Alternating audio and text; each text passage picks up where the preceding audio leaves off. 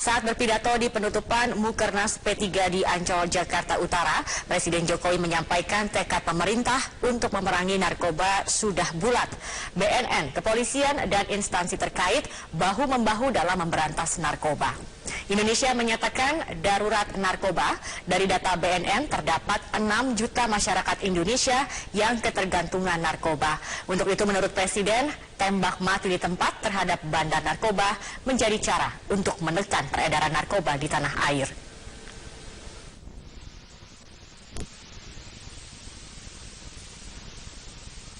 Yang dihukum mati 2 tahun ini saya lupa.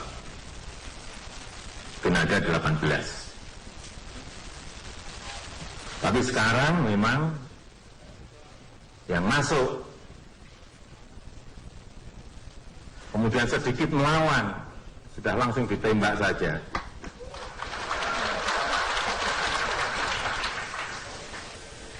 Obat terlarang kepada artis Preti Asmara dan ke-7 rekannya. Setelah menjalani tes urin, 7 wanita positif menggunakan narkoba akan menjalani asesmen di Badan Narkotika Nasional. Hal tersebut disampaikan Kabid Humas Polda Metro Jaya, Kombes Pol Argo Yuwono saat gelar perkara kasus penangkapan bandar sabu di Jakarta Barat.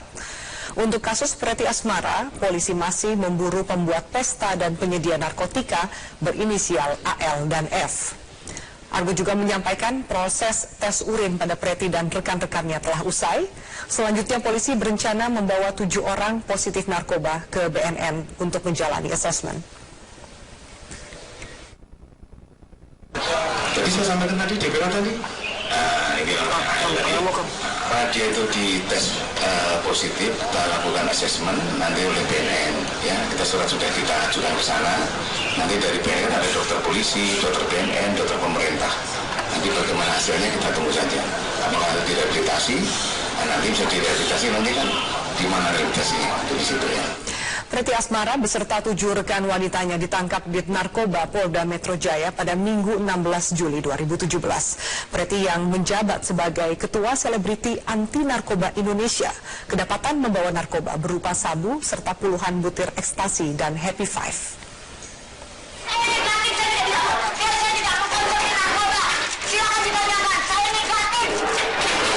Kasus narkoba kembali menjerat kalangan artis Indonesia. Preti Asmara ditangkap polisi saat tengah karaoke di salah satu hotel di kawasan Jakarta Pusat Minggu 16 Juli 2017. Bersama 7 rekannya, ia kedapatan membawa sabu seberat 2,03 gram, 23 butir ekstasi, dan 38 buah Happy Five, serta uang tunai sebesar 25 juta rupiah. 16 Juli jam 01, tadi sudah hari Minggu ya, malam Minggu jam 01. Di salah satu hotel yang ada karaoke-nya di kawasan Kemayoran, Jakarta Pusat. Kita menangkap dua orang tersangka itu atas nama P ya, sama D, uang ya, yang dibayarkan kepada saudara P dari AL ini, DPO ini ya, karena dia sudah mengadakan party, kemudian dia mendapatkan barang digunakan ya, ada sisanya, sehingga diberikan uang 25 juta ini kepada B. Ya, B ini. Setelah melalui tes urin, Preti dinyatakan negatif menggunakan narkoba. Namun ia dijerat pasal 114 subsidiar 112 tentang narkotika dengan ancaman hukuman 5 hingga 20 tahun penjara. Ironisnya, selain sebagai pemain sinetron dan komedian, Preti juga diketahui menjabat sebagai Ketua Selebriti Anti Narkoba Indonesia. Tim Liputan Metro TV. Polresta Bandara Soekarno-Hatta resmi menahan Axel Matthew, putra dari aktor Jeremy Thomas, atas kasus psikotropika, dan penahanan dilakukan di Mapolda Metro Jaya. Dengan pengawalan ketat petugas Satreserse Narkoba Polresta Bandara Soekarno-Hatta, Axel Matthew, tersangka pemesan dan penyalahgunaan narkoba, dibawa keluar dari ruang penyidik menuju mobil yang akan mengantarnya ke Mapolda Metro Jaya. Selama proses penahanan, sang ayah Jeremy Thomas mendampingi Axel untuk memberikan dukungan moral. Tersangka Axel terbukti bertransaksi narkoba secara online dengan Dimitri yang sudah lebih dulu menjadi tersangka. Penyidik juga memiliki alat bukti transfer uang 1,5 juta rupiah kepada Dimitri. Jeremy Thomas akan mengupayakan penangguhan penahanan dengan alasan Axel masih tergolong muda di usia 19 tahun dan hanya transfer uang.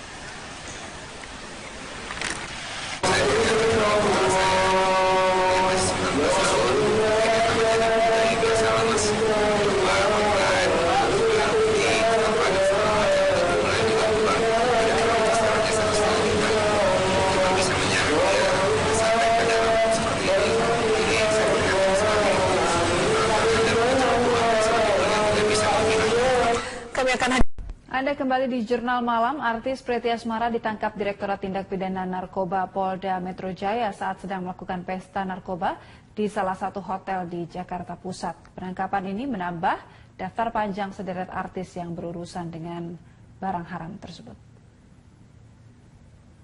Petugas Dit Narkoba Polda Metro Jaya menangkap artis Preti Asmara dan 6 penyanyi dangdut saat sedang berpesta narkoba.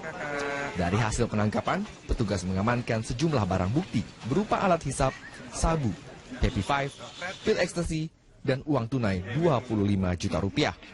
Polisi menduga Preti berperan sebagai bandar yang membeli sekaligus menyuplai narkoba. Kita menangkap dua orang tersangka, itu atas nama P ya, sama D. Itu kita tangkap.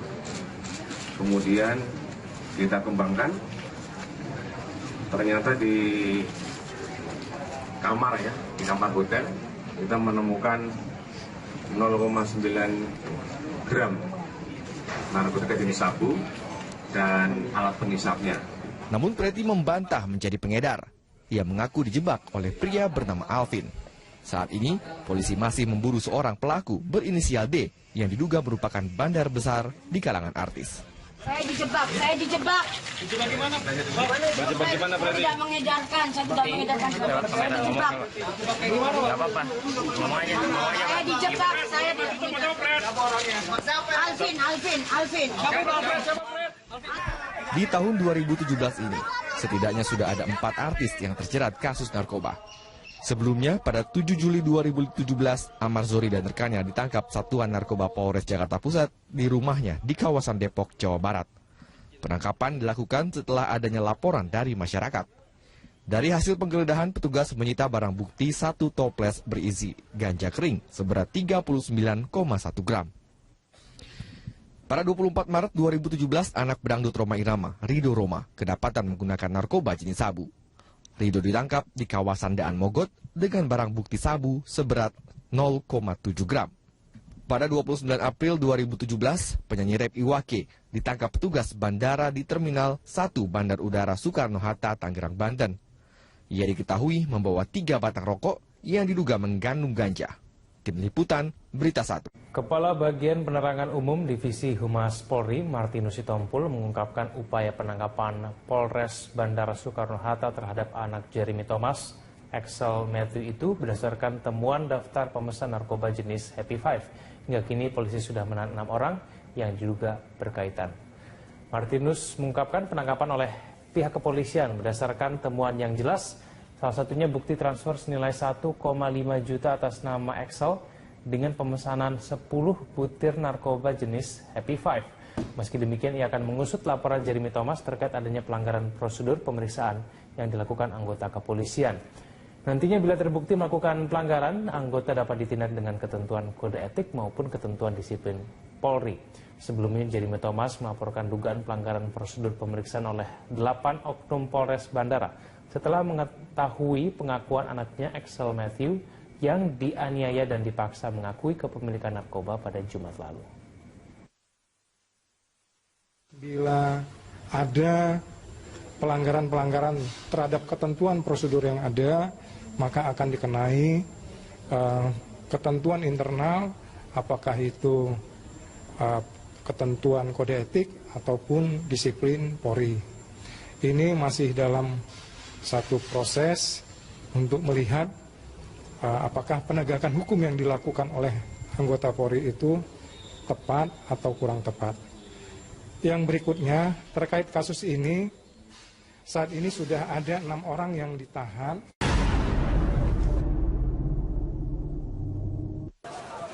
Tahun ajaran baru saja dimulai. Namun media sosial sudah diramaikan dengan kasus bullying di kalangan siswa SMP. Dalam video yang beredar, tampak sejumlah siswa SMP sedang melilingi satu siswi lainnya dan melakukan kekerasan. Tidak hanya itu, siswi yang ditindas juga diminta untuk cium tangan pelaku kekerasan.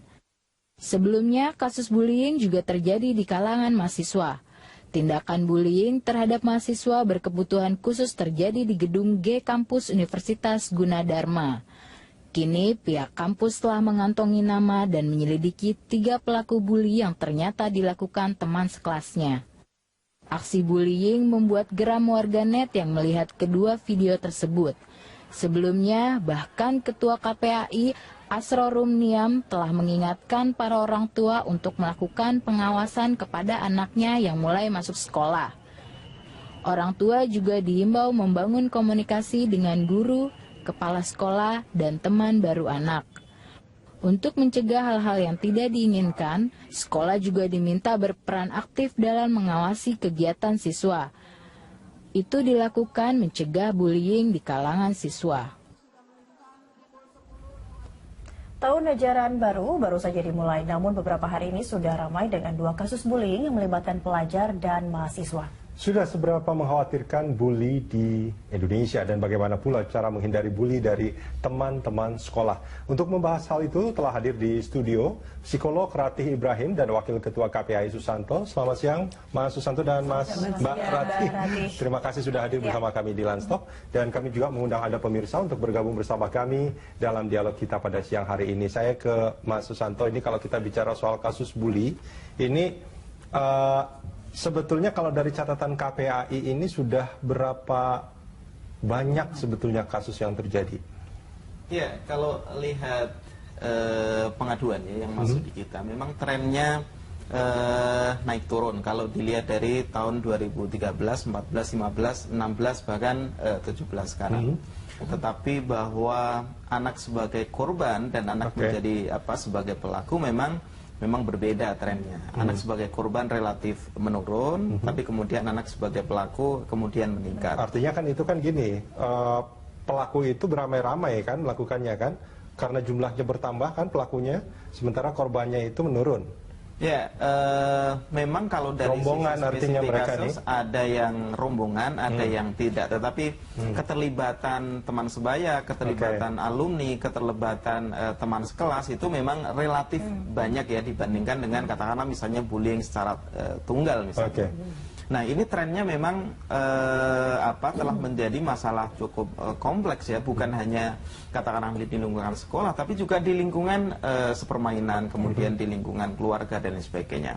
Dan ini sebenarnya telah menjadi concern negara, terutama Presiden telah mengamanatkan pentingnya misalnya penyusunan rancangan presiden terkait dengan pencegahan kekerasan di satuan pendidikan. Ya, ini Mbak Ratih kalau kita melihat, ini saya jadi mengingat tadi sebelum kita dialog ada orang yang cukup bijak mengatakan gitu ya, saya nggak tahu bijak atau nggak, ini kayaknya orang-orang yang salah asuhan katanya. Ini kalau Mbak Ratih melihat hal ini seperti, apakah memang orang-orang pelaku-pelaku bully ini adalah orang-orang yang salah asuhan? Kalau mau dibilang salah asuhan ya boleh saja diklaim begitu ya, tetapi belum tentu orang tuanya terima loh. Ya, jadi gini, kok orang bisa jadi pelaku bully? Biasanya tuh tren yang paling umum adalah dia dulu bekas korban bully juga, makanya dia balas dendam nih, gitu. Ini juga kemarin jadi pembahasan di kantor saya, psikolog-psikolog itu ngebahas